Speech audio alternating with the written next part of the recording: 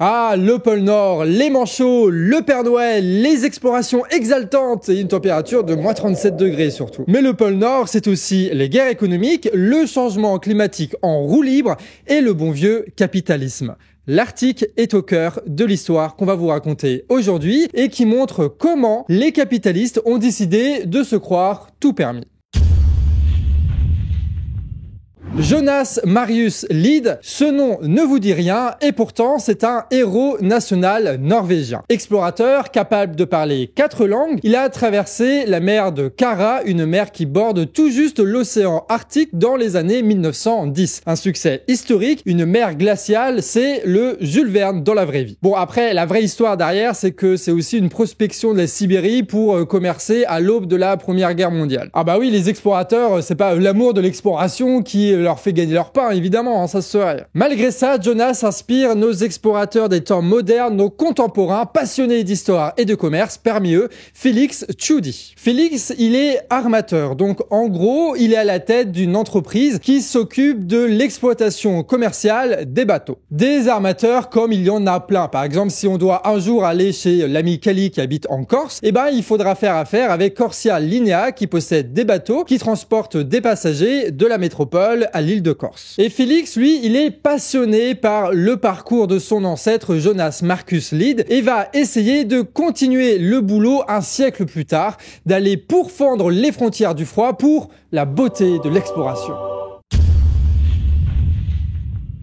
Alors parlons un petit peu ensemble à travers une carte de l'océan Arctique. Première chose, il n'y a pas vraiment de terre à conquérir. En fait, il faut s'imaginer que c'est une espèce de grand glacier qui flotte sur l'eau et qui de temps en temps se fracture en se réchauffant à force de fondre. Mais il n'y a pas de continent, il n'y a pas de terre dessus. C'est pour ça que sur les cartes ou sur les globes, il n'y a rien qui est au-dessus là sur le pôle Nord. L'Arctique est un océan parce que c'est de l'eau glacée, alors que l'Antarctique, il y a des terres dessus, donc c'est un continent. Et là, comme vous pouvez l'imaginer, pour les bateaux, c'est très pratique parce qu'en fait, ils peuvent passer comme ça à travers la glace sans risquer de taper une terre émergée qui pourrait endommager leur bateau. Même si après, avec un beau glaçon, je pense qu'il y a moyen de casser des gros bateaux qui vont à New York notamment. Mais les armateurs et les États, eux, ils s'en font pas trop pour ça. Déjà parce que il y a le réchauffement climatique. Donc l'Arctique fond plus que d'habitude.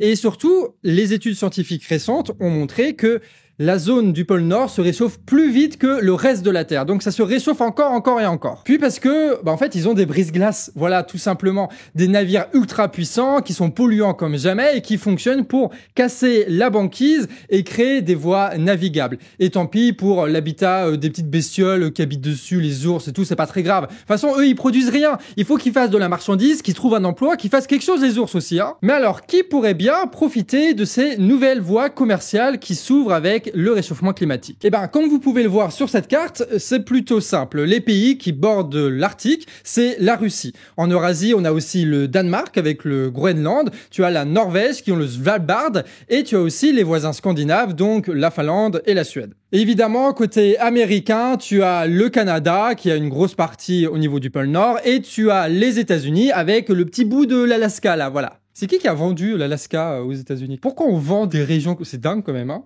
Le passé. En réalité, Félix, il veut surtout se faire un maximum de blé. Enfin, du blé. Il y a pas de blé en Arctique, en fait. Mais par contre, ce qu'il y a en Arctique, c'est du pétrole et du gaz qui va lui permettre de faire énormément de pognon. Mais aussi, il ne faut pas l'oublier, les fameuses routes commerciales. Félix, il a le nez fin, il a flairé ça dans les années 80. À l'époque, il fait son métier en Europe de l'Est dans un des pays satellites de l'URSS.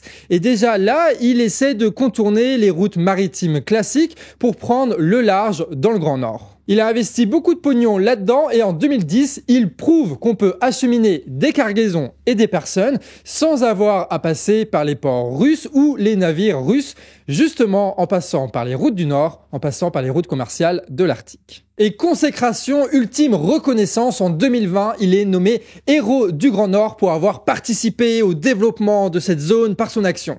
Bon, si on fait la traduction, il a permis de bien exploiter l'endroit au profit des capitalistes, de leur faire aller encore plus vite dans la machine qui nous mène droit dans le mur. Mais bon, apparemment, il y a des décorations pour ça. La première chose dont on tire profit dans cette région, c'est sa blancheur. Parce que la banquise, en fait, elle est très claire. Donc, ça réfléchit une grosse partie des rayons du soleil. On appelle ça l'albédo. Albedo. J'ai bien prononcé? À peu près, quand même, je suis content. L'océan, lui, eh ben, en fait, c'est l'inverse. Il est foncé, donc en fait, il absorbe toute l'énergie et tous les rayons du soleil, et donc ça se réchauffe pas mal. On le sait tous, hein, qu'il faut mieux éviter de porter un habit foncé quand il fait chaud. Et ben là, c'est pareil pour l'atmosphère, pour les océans, pour les banquises, c'est le même raisonnement. Mais évidemment, les capitalistes, ils s'en foutent complètement de l'albédo. Eux, ce qu'ils veulent, c'est du profit immédiat. Donc voilà, si l'albédo, il veut se sortir de cette situation, il a qu'à trouver un taf, acheter des actions chez Total et commencer à devenir rentier comme tout le monde. Du coup, la région, en fait, elle est très riche en ressources et en infrastructures stratégiques. Donc la banquise... Voilà, les beaux sentiments, la Reine des Neiges, c'est pas très important. Déjà, malgré les températures, l'Arctique est une zone qui est très poissonnière. Déjà, on sait qu'il y a une énorme quantité d'énergie fossile, donc du pétrole et du gaz naturel, dans les sous-sols de l'Arctique. Et évidemment, toutes les puissances qui sont autour du pôle Nord ont les infrastructures et les entreprises pour les exploiter. Notamment à travers des gazoducs. Là, vous voyez un projet qui a été lancé en Russie en 2017 pour acheminer le gaz naturel. Alors évidemment, il y a un énorme risque de fuite, de contamination d'eau, et quand ils vont faire pareil avec le pétrole, de marée noire. Mais en même temps, le profit, c'est pas mal aussi. Je sais pas si vous avez déjà eu beaucoup d'argent, c'est vraiment incroyable. Genre tu vas au Carrefour City, tu mets ta carte, ça passe à chaque fois. T'imagines ça? Et plus surprenant, tu as aussi tout un business de câbles de fibre optique qui passent par là. Certains sont déjà sur les côtes russes, d'autres au niveau de l'Alaska, ou encore des fibres optiques qui relient la Norvège aux Svalbard. Et il y a aussi les câbles de fibre optique qui sont en projet. Par exemple là, tu as Quintillon qui va rejoindre donc le Japon au Royaume-Uni, tout ça en 170 millisecondes. Parce que oui, on saccage des endroits juste pour que des putains de boursicoteurs à la con gagnent 3 millièmes de seconde pour qu'ils continuent à boursicoter, à spéculer pour faire augmenter le prix de l'énergie et augmenter le prix de l'alimentation. Le capitalisme, c'est vraiment énervant. Et tout ça, tu l'auras compris, c'est encore plus le boulot de notre cher Félix. Enfin, son boulot, on se comprend, hein, c'est pas lui qui bosse concrètement, lui c'est le patron, donc il tire juste les bénéfices de tout ça. Et on n'exagère pas, hein, d'ailleurs pour vous dire à quel point son capitalisme à lui, c'est du foutage de tronche absolu, c'est que l'une de ses premières préoccupations qu'il met en avant, c'est l'environnement, l'écologie, voilà, il faut être green. Pour Félix, toute son action, c'est du développement, c'est de la philanthropie presque. Évidemment, c'est une grosse fiction, alors même que l'action réelle de son initiative, c'est de la pollution partout, de la banquise détruite et des marées noires à venir. Donc c'est pas un vrai héros. Enfin, un vrai héros du capital, mais pas un vrai héros pour nous. Mais malgré cet élan philanthropique, Félix a malheureusement croisé l'année 2022 et ses espoirs ont coulé dans les eaux glaciales. Alors, avant 2022, on se partage en fait globalement l'Arctique comme un gâteau, quoi. En 1996, tu as 8 États qui bordent la région, qui forment un conseil de l'Arctique pour voir un peu comment est-ce qu'on peut s'arranger pour détruire toute cette région du monde. Sauf que en 2022, c'est le début de l'attaque de l'État russe contre l'Ukraine et évidemment, ça change complètement la situation. L'État russe est sanctionné, donc ça ralentit son exploitation de gaz et de pétrole, sachant que 90% de sa production de gaz se trouve dans le pôle Nord. Et ce qui est marrant dans le fonctionnement du capitalisme, c'est que ça fonctionne pas forcément comme on le pense. On pourrait penser que cet arrêt de l'exploitation par la Russie, le début de la guerre, des gros enjeux comme ça ralentit aussi les autres multinationales canadiennes, du Danemark et compagnie. Mais en fait, pas du tout. Mais genre, pas du tout. Il y a une seule façon d'empêcher l'argent chinois de se déverser dans le Groenland, c'est d'investir soi-même. Mais jusqu'à présent, nous n'avons aucun investissement américain ou états-unien. C'est une citation de Kubi Kleist, qui est le premier ministre du Groenland.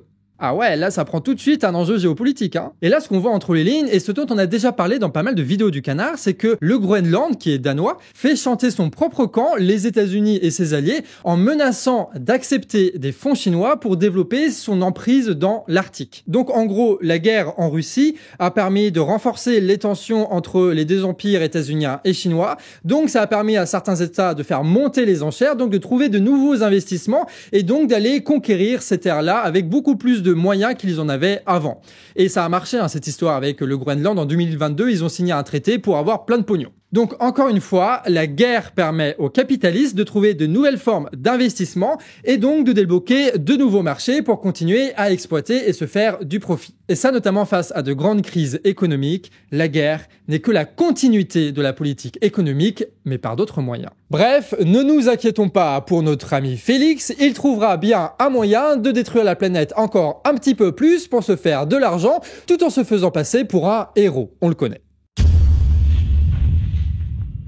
Si on retourne en France, on comprend bien que sur la question climatique, notre cible en général, c'est notre fleuron national de la destruction nommé Total Energy. Parce qu'ils se gavent, parce qu'ils corrompent, parce qu'ils polluent et parce qu'ils se font passer pour des héros en maintenant des prix bas, alors que concrètement, on le sait, tout ce qu'ils font, c'est prendre de l'argent directement de nos poches. Mais le capitalisme aujourd'hui, c'est aussi et surtout ce qu'on ne voit pas. L'article, c'est l'exemple parfait. Une zone qu'on croit encore vierge de présence humaine, avec peut-être encore quelques ours blancs, quelques manchots qui doivent traîner dans le coin.